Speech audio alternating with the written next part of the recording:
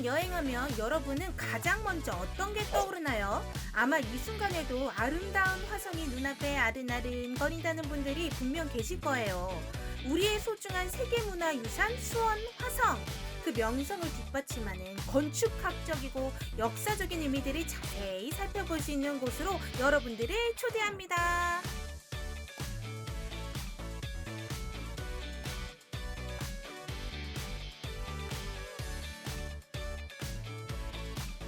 선생님 안녕하세요.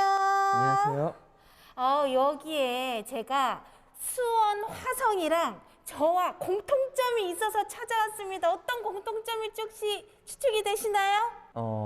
아름다운 성곽과 예. 맞습니다. 제가 또 한국 전통의 맏며느리상 아니겠습니까? 이 한국 고유의 아름다움이 공통점이어서 제가 왔는데요. 여기 박물관이에요. 한번 소개를 좀 부탁드리겠습니다. 네, 이곳 박물관은 2009년 4월 27일에 개관해서 어느덧 12주년을 맞이한 수원을 대표하는 박물관입니다. 아시다시피 유네스코 세계유산 수원화성과 조선 제22대 국왕 정조대왕을 기리는 박물관인데요.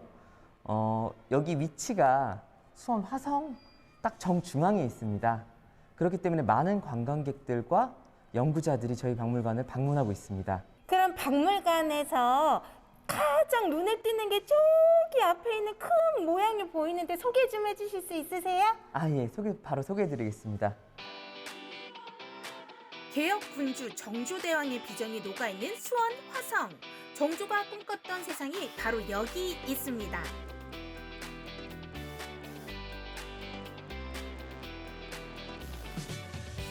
와, 여기 뒤에 보니까요, 어떤 이 수원 화성의 엑기스만 쫙쫙 뽑아내서 여기다 딱 모아놓은 것 같이 모형을 너무너무 잘 만들어 놨습니다. 이 모형이 어디서부터 어디까지가 나와 있는 거예요? 정확히 말씀드리면 딱 수원 화성. 네. 지금 보시는 이 모형이 바로 이제 정조대왕께서 축성을 명하신 수원 화성입니다. 아시다시피 수원 화성은 우리나라의 성곽이 몇 개인지 아세요? 글쎄요. 제가 국사 시간에도 그건 못 배웠는데요. 교과서에도 그건 잘 안 나오는데요. 네. 남한에만 2,900개에 가까운 성곽이 있어요. 와. 크고 작은 형태, 고대 시대부터 지금까지 크고 작은 형태의 많은 성곽들이 있는데 그 중에 가장 대표하는, 한국을 대표하는, 그래서 이제 그 수원화성을 지칭할 때 한국 성곽의 꽃이라고 합니다. 이제 정조대왕께서 화성을 만들 때 전국에 딱 방을 내려가지고 그 지형에 있는 성곽을 다 그려오라고 시킵니다. 조사를 시키죠. 그때 당시에도 엄청나게 많은 성곽이 있었는데 그 성곽 중에 장점만 취해서 특징과 장점과 여러 가지, 그리고 한양 도성의 그 기본 모형을 따서 만든 게 바로 수원화성입니다. 그렇기 때문에 그 많은 이들이 수원화성, 정조대왕께서 수원화성을 만든 이유에 대해서 많이 상상들 했는데요. 일단 그 전에 말씀드릴 수 있는 게 수원화성 여러 가지 장점이 있지만 그 중에서도 당시의 최대 기술력, 과학력과 기술력과 그 축성수를 가장 가미했던 성곽이라고 말씀드릴 수가 있어요.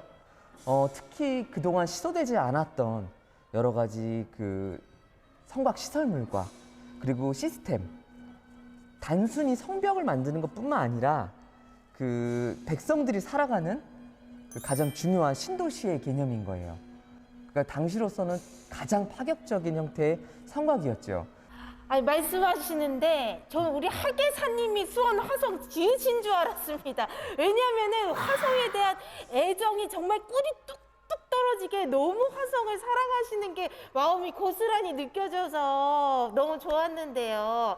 그러니까 한마디로 요약을 하자면 이 수원 화성은 이 전국의 2,000여 개의 화성 중에서 거의 펜트하우스급이다. 이렇게 볼 수 있는 거 맞나요? 맞습니다. 펜트하우스 맞네요. 예. 제가 핵심을 잘 알아들었죠?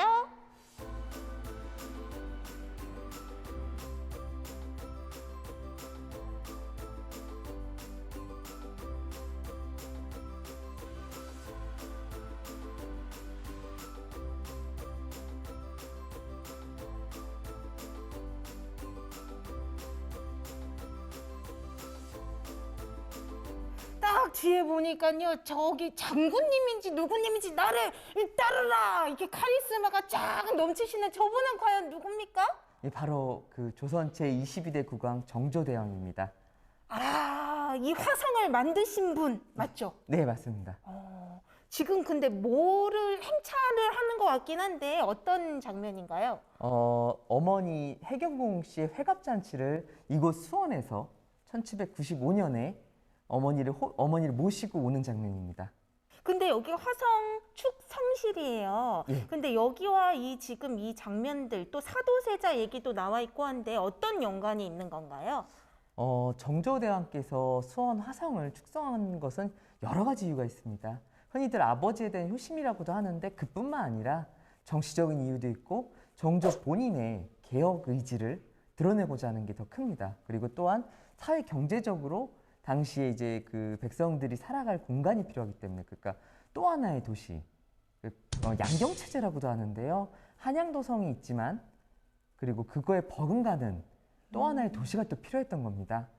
그래서 정조대왕께서 이 수원화성을 만들 때도 이제 반대 세력들도 있었고 그리고 좀 이제 국가 재정 문제도 있었는데 그거를 슬기롭게 극복하기 위해서 정조대왕은 이제 정약용과 번암 채제공 등을 통해서 뛰어난 신하들을 통해서 이곳 수원화성을 완성을 하게 된 겁니다. 많은 개혁을 하셨는데 그중에 정점이 바로 이 수원화성 축성이었던 겁니다. 제가 잘은 모르겠지만 아무쪼록 아버님이신 사도세자도 기리고 또 어머님이신 회감년을 또 여기서 또 하시고 뭔가 가족에 대한 애정과 또 그리고 백성에 대한 그 마음들이 여기 수원화성에 녹아져 있는 그런 거라고 생각하면 될까요? 아, 예, 맞습니다. 예스, 역시 제가 또 한국사 하거든요.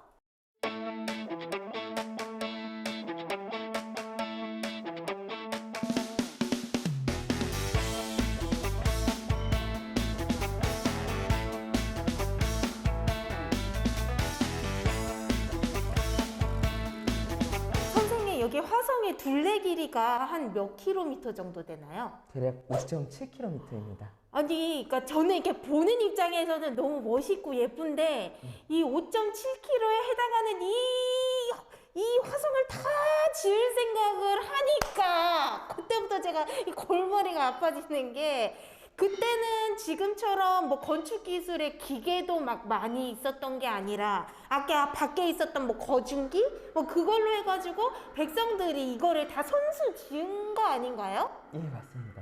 그럼 그 안에 조선시대의 여러 가지 건축 기술이라던가 또 백성들의 노고라던가 그런 게 한 군데에 이렇게 집약이 돼 있을 것 같아요. 좀 어떻나요? 당시에 정조대왕께서 실학자들 아시죠? 다산 정약용 잘 아시죠? 네. 정약용이나 박제가를 비롯한 여러 가지 뛰어난 신하들을 적재적소에 사용을 한 거지요. 그래서 이제 그 정약용 같은 경우에는 축성에 대한 그 방약을 그 정조대왕께 올려 바쳤고요. 그리고 정조대왕 본인도 좀 너무 아시는 게 많아가지고 이제 건축 분야에서도 본인께서 그 재료에 대한 것도 잘 알고 심지어는 배다리 만들 때도 그 설계도조차도 이제 너무 어떻게 보면은 너무 다방면으로 본인 군주 자체가 뛰어나셨던 분이죠. 그리고 오랜 준비와 그리고 치밀한 계획으로 만든 게 바로 수원화성입니다. 단순히 성곽을 만드는 것뿐만 아니라 그 제반 시설을 만든 거지요. 그리고 당시에 백성들이 그러니까 그 경제적으로 부유하게 살 수 있도록 그 일자리를 창출한 거죠. 그래서 수원에서 정착하는 많은 백성들이 이제 이 축성에도 참여하고 그리고 그 당시에 다산 정약용이 고안해낸 거중기라 유형거 등으로 이제 효과적인 그 축성을 할 수 있었던 거죠. 거기에는 한국 성곽 그러니까 수천 년에 이어지는 한국 성곽 축성법이 녹여져 있었던 겁니다. 특히 우리나라 성곽 중에서도 가장 뛰어나다고 말씀드릴 수 있습니다.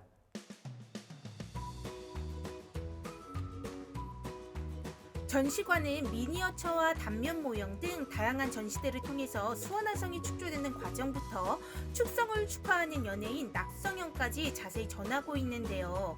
이 모든 계획을 추진한 군주 정조는 왕권 중심의 강력한 국가를 꿈꾸고 있었습니다. 옆에 보니까 검 같은 게 있는데 제가 또 이거 방송 몇 회 참여가 제가 또 이렇게 박물관 좀 싹 많이 다녀봤을 때 좀 있어 보이려고 이렇게 박물관에 많이 이런 것 좀 하나씩은 갖다 놓고 이런 게 많더라고요. 어떻게 이거 좀 있어 보이려고 박물관에 좀 몇 개 갖다 놓은 그런 거 아닌가요? 화성이랑은 관련이 없어 보여요. 아, 바로 이제 그 정조대왕께서 예전에 영화를 통해서 보셨죠? 현빈 나왔던 영린이라는 영화 통해서 보셨겠지만은 동궁 시절부터 좀 암살 위협이 좀 있었어요. 실제로 즉위하신 이듬해에도 그 지붕을 뜯는 사건이 있었던 게 바로 영화로 나온 그 사건입니다. 반대 세력이 워낙 강성했고 또 이제 군사적으로도 그들이 틀어지고 있었고 또 하나는 정조대왕께서 그래서 이제 그 친위 부대를 만들기 시작합니다. 바로 장영영인데요.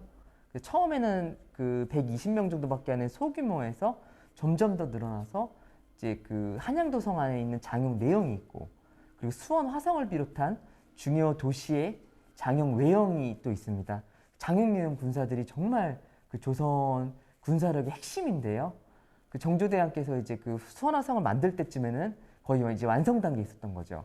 단순히 자기 자신을 위한 부대가 아니라 강한 조선을 만들기 위한 부대였습니다. 그 최고의 정예들만 뽑았죠. 장영 군사가 되려면은 그 24기 무예를 익혔어야 됐고 이제 체격도 이제 좀 좋았어야 됐겠죠. 이건 결과적인 얘기인데 정조대왕께서 돌아가시고 얼마 안 돼서 장영이 혁파가 됩니다. 반대 세력에 의해서. 그로부터 이제 좀 슬픈 얘기지만 100년이 남짓 지나서 이제 조선이란 나라가 이제 만국이 된 거죠. 그렇기 때문에 정조대왕의 뜻을 이어갔다면은 이 장영의 군사들이 계속 이어져 갔다면은 우리가 겪은 그 비극은 피할 수 있었을 거라고 생각합니다.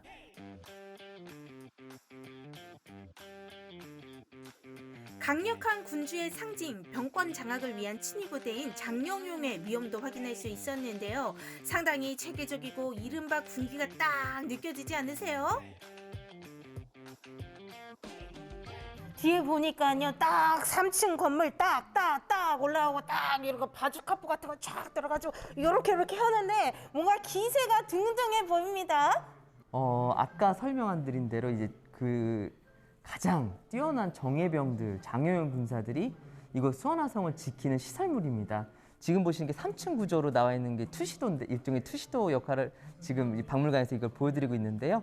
이게 바로 그 유명한 공심돈입니다. 특히 그 수원화성에는 3개의 공심돈이 있었는데 그 속이 빈 돈대란 뜻이고요. 지금 현재 보시는 게 서북공심돈이라고 해서 보물 제 1710호입니다. 정조대왕께서는 이 수원화성 축성 이후에 그 신하들을 데려와가지고 공심돈을 자랑을 합니다. 그러니까 우리나라에서 유일하게 있다. 실제로 한국 성곽에서 유일하게 있는 게 바로 이 수원화성의 공심돈인데요. 전체 3층에서 적으로 하여금 이제 10m가 넘는 높이의 건물에서 그 성곽에서 돌출시켜서 적을 공격하고 또한 방어를 할 수 있는 뛰어난 이제 시설물이죠. 여기에는 많은 총구멍과 이제 포구멍이 있기 때문에 진짜 어디에서 총알이 날아올지 모르게끔 만든 겁니다. 그래서 이제 수원화성에서 특히 한국 성곽사에서도 가장 중요한 사례로 꼽히는 게 바로 보시는 공심돈인데요. 원래 3개가 있었는데 하나는 이제 일제강점기 때 사라지고 아직 복원을 못한 상태고 지금 현재 2개가 남아 있습니다. 아니 다들 이렇게 좋은 집들 가면 대주택들 가면 보안이 빵빵하더라고요. 우리 정조대왕님께서 또 빵빵한 보안에는 아주 철통 보안으로 신경을 많이 쓰신 것 같네. 어떻게 선생님 집에도 좀 보안 빵빵 비싼 집이신가요? 이제부터 해야 될 것 같네요. 저도요. 네.